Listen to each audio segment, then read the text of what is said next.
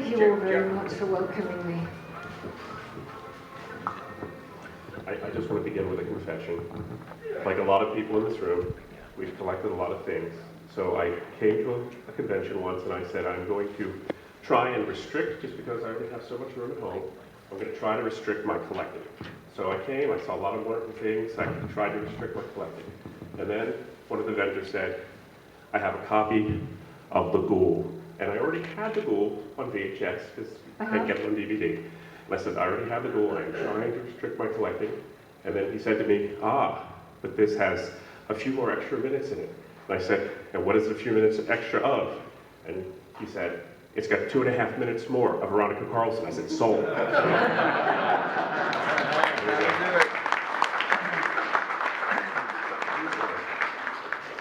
So could you tell us a little bit about making The Ghoul? I'm sorry, what did you say? Oh, The Ghoul with Peter Cushing? Yeah, that was a very strange movie for me. Because I'd worked with Peter on Frankenstein Must Be Destroyed, and he was a joy and a wonderful man to be with. And The Ghoul, this is after his wife had passed away, and I was working with a broken-hearted man, and he had to have a picture. He had a picture of his wife, Ellen, on a set wherever he was. I'd get there early to see where he'd hidden it, and I was always the first to find it. But anyway, he had a scene in The Ghoul where he had to talk about his wife, and there was Helen's picture, his wife, and he looked at this picture and had to bemoan the loss of his wife, her death, and of course she had died not long beforehand. And I remember Freddie asked him to redo the take. And he did that take 6 times, and in the end, Peter was so distraught, tears were falling off his face. I'd hate to remember it. And he said, I can't do this anymore, Freddie. I'm going to my dressing room. Now, I was amazed that Freddie put him through it, but Freddie was a very kind, very generous, patient director. And I knew that he did it because he saw he was getting so much from Peter, so very much. But the result was, the crew, I turned round, I was crying. The crew, grown men, were weeping. They put the lights out and all walked off the set. Peter was the most loved actor. There wasn't anyone who didn't love Peter. And I remember he told me, he held my hand and he said, darling, you've no idea how many times I ran up and down stairs trying to give myself a heart attack. To know so he could be with Helen. It was, he loved her so much. And after that, everybody in show business, he was loved. They gave him work after work after work after work. He was never out of work. He was never allowed to rest. He had to keep working. Everything. Everyone rallied round Peter. And he said to me, when you come to England, darling, come and have dinner with me. He and his secretary, Joyce Broughton. But I never could make it. We had problems in America. My husband wasn't too well. And I could never stay long enough to make that trip. And it's something I bitterly regret. But I consider myself the most fortunate person to have known him on 2 levels. And for him to confide in me, to know me well enough that he could trust me to confide in me. I think I'm going on too much. Yeah. And then could you tell us a little bit about when you first met Peter Cushing? Mm-hmm. Could you tell us a little bit of what it was like when you first met Peter Cushing? Yeah. When I first got the role of Dracula, I was risen from the grave, the Maria, Peter came to the studio because they were presenting the Queen's Award of Industry to Hammer, and I was lucky enough to be there. And I mean, here's the Johnny-come-lately, never having anything to do with Hammer before. I was in costume, of course, as Maria, and Barbara was in costume as the barmaid. And there was Christopher, and there was Peter, and us 2 ladies, who had nothing to do with anything at that time, being presented with the Queen's Award to Industry to the Lord Lieutenant of Buckinghamshire and his wife. And what amazed me about these two gentlemen, I think you always have a preconceived idea in your head about people, you know, you see this tall, elegant man, and you know he's an aristocrat of some kind, and he's going to be unapproachable.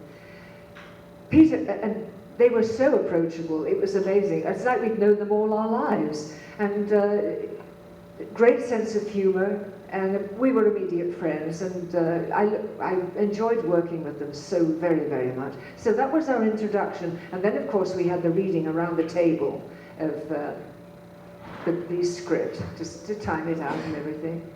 And God, I can't remember how happy I was meeting people that I've seen on TV, film, and been a fan of as growing up, and then, you know, from school through college.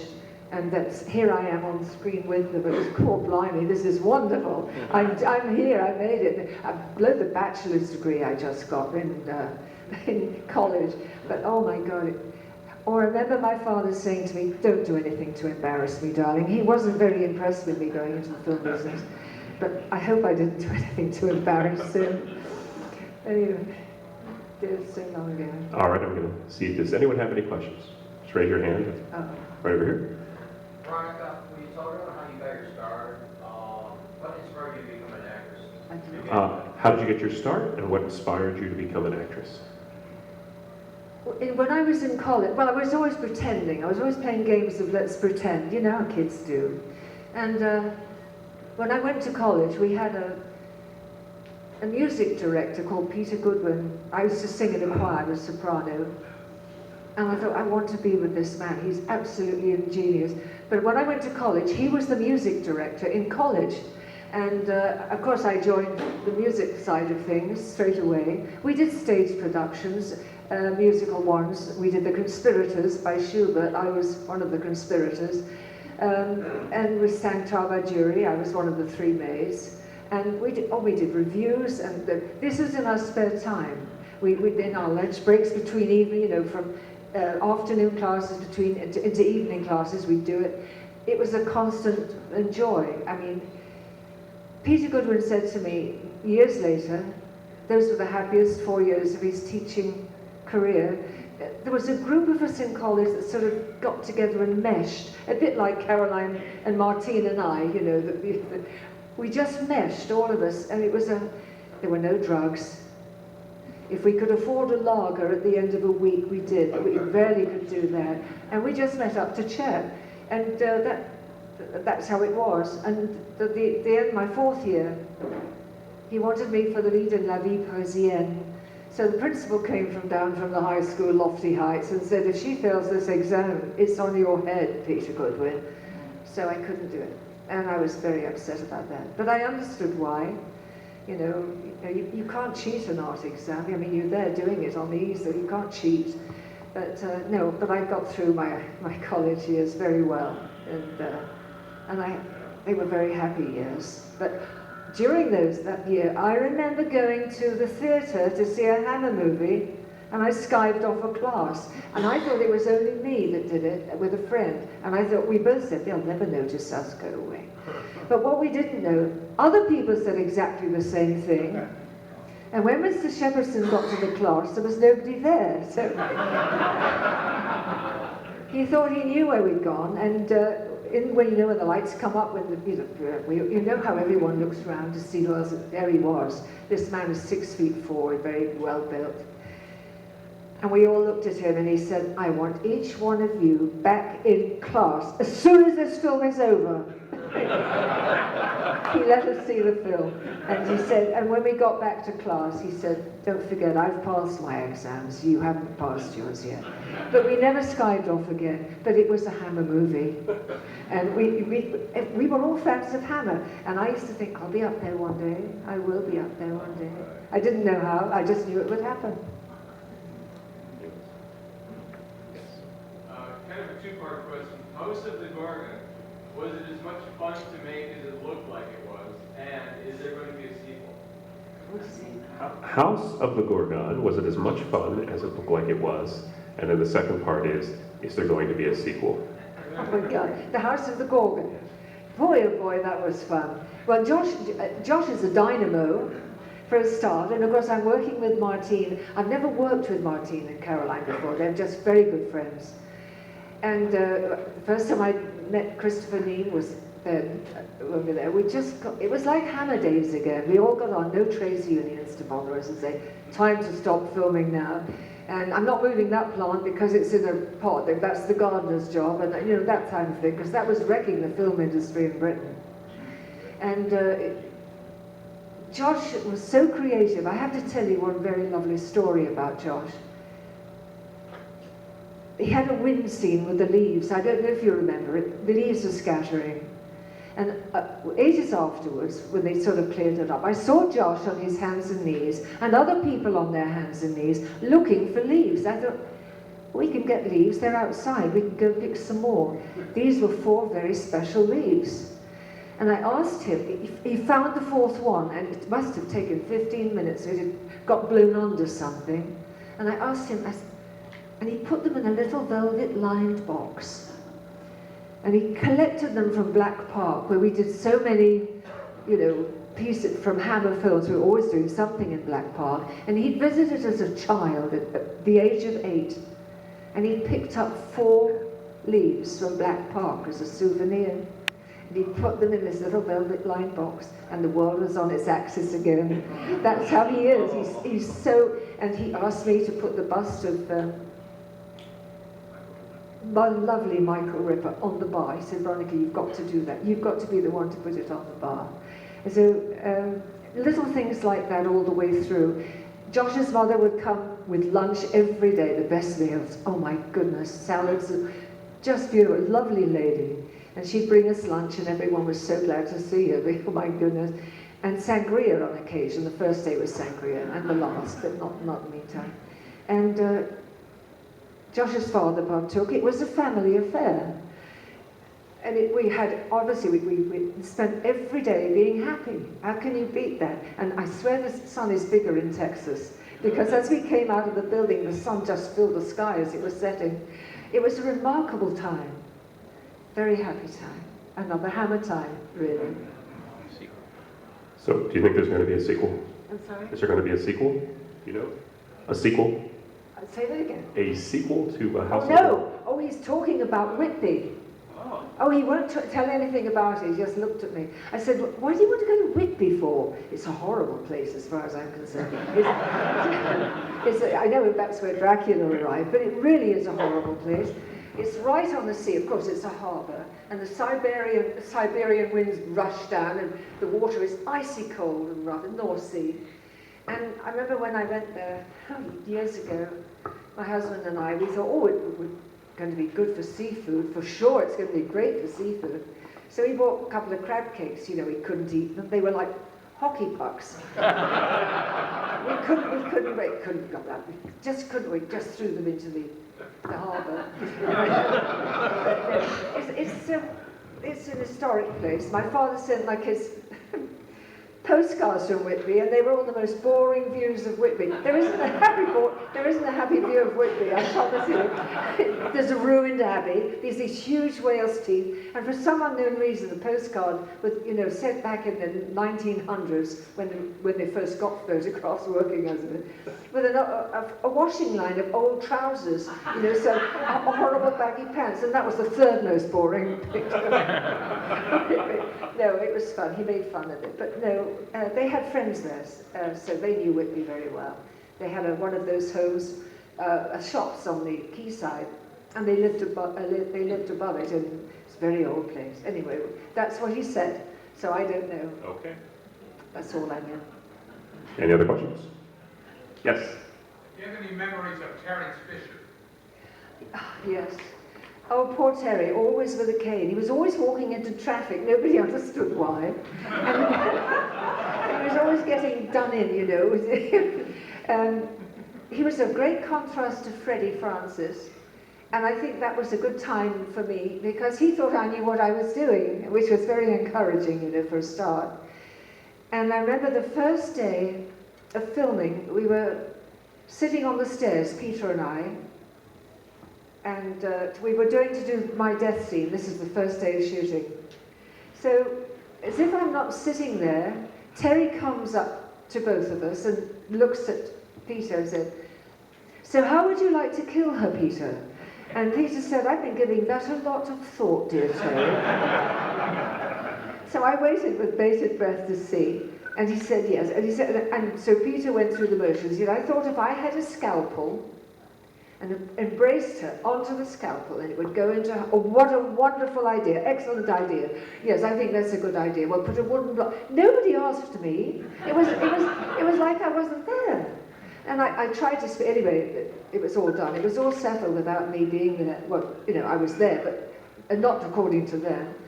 So I had a wooden block attached underneath my blouse, and so it protected me, obviously. And we did the death scene that first day.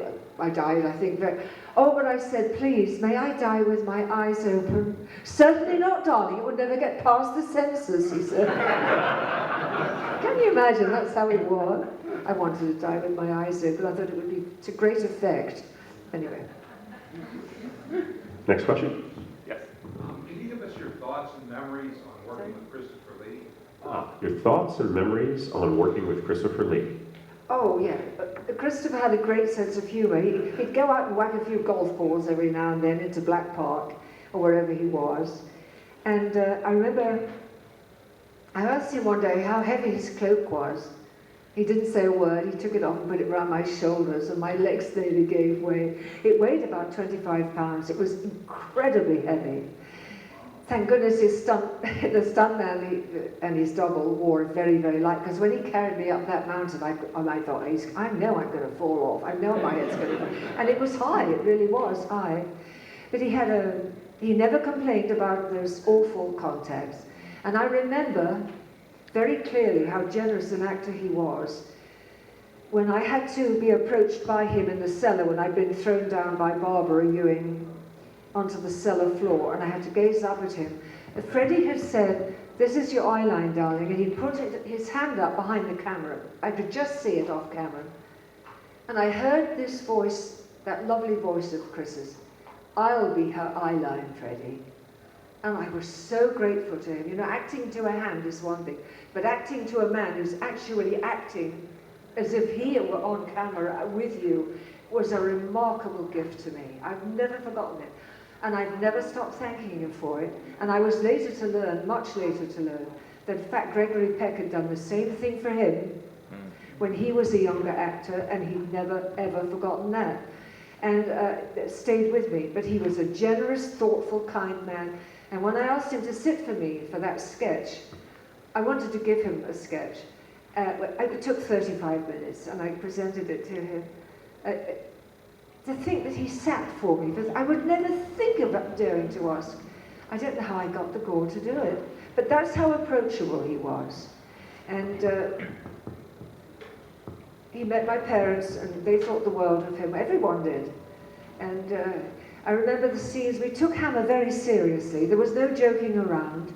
We took the scenes seriously, no laughter, and we all enjoyed it. We loved the spirit of that company and those films. And Christopher used to say, "You can be safely horrified. This is where you can sit and be safely horrified." And that's, I think, was a beautiful phrase to use for Hammer.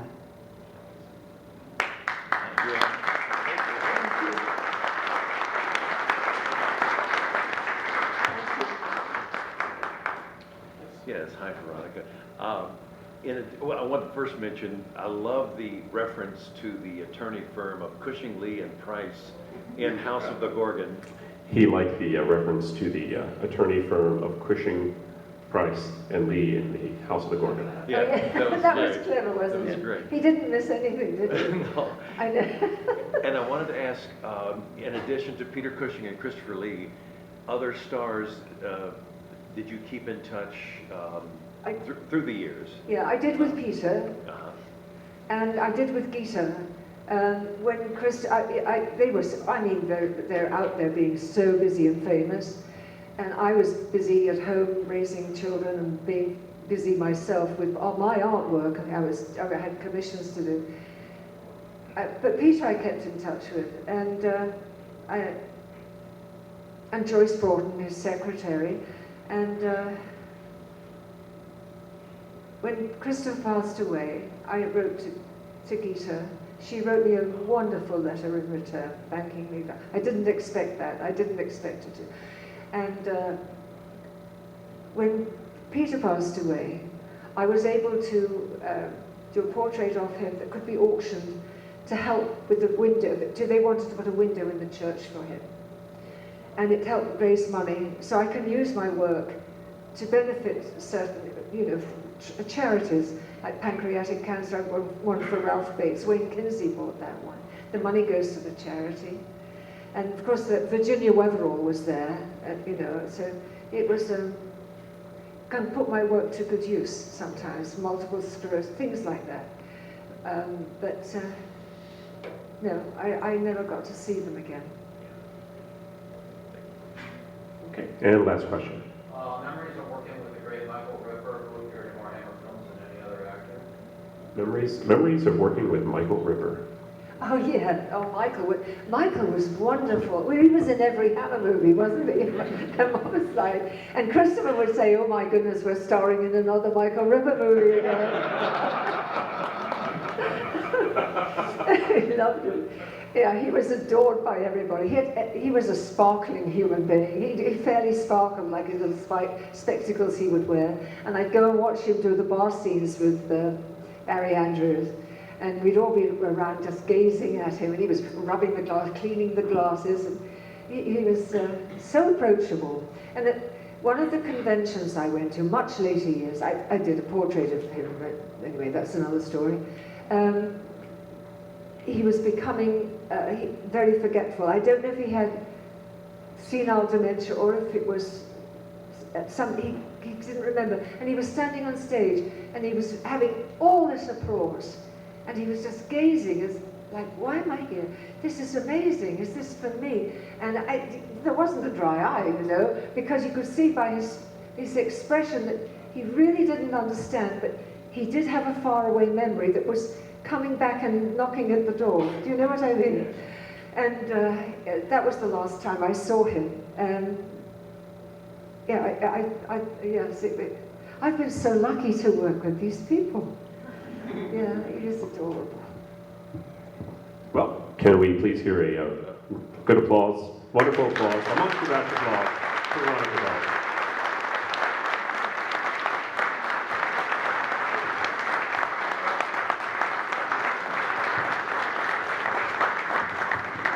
And we have a couple surprises for you, Veronica. The first one from Ursula here. Some flowers for Veronica. And if David Colton wants to come up, we have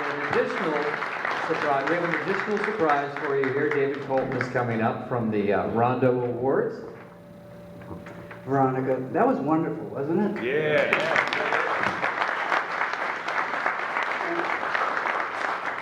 I mean, we all love each other, but hearing stories like this, it just makes us feel that we were there, and it's so rewarding for us. A lot of folks come and sign autographs and things like that, but only a few special people embrace the entire experience, and we feel like you're one of us in a way. So earlier this weekend, we gave our team one of these, and we gave, I said Caroline, but it's Caroline. Okay. And we'd like to present you with a Rondo Award Monster Kid Hall of Fame presented to Veronica Carlson.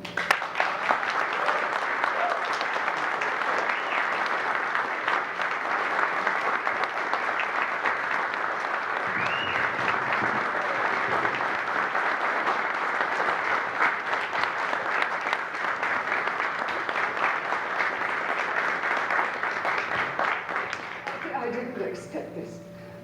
Please forgive me. This is amazing. Thank you so much. I feel like we're family. I've always felt that. I've known so many of you for so many, many years over the years. And you've no idea how much it means to me to be in this life we have, the memories we share. Thank you all so very much for making me part of your family. I can't keep talking. Veronica Carlson, the Monster Dog.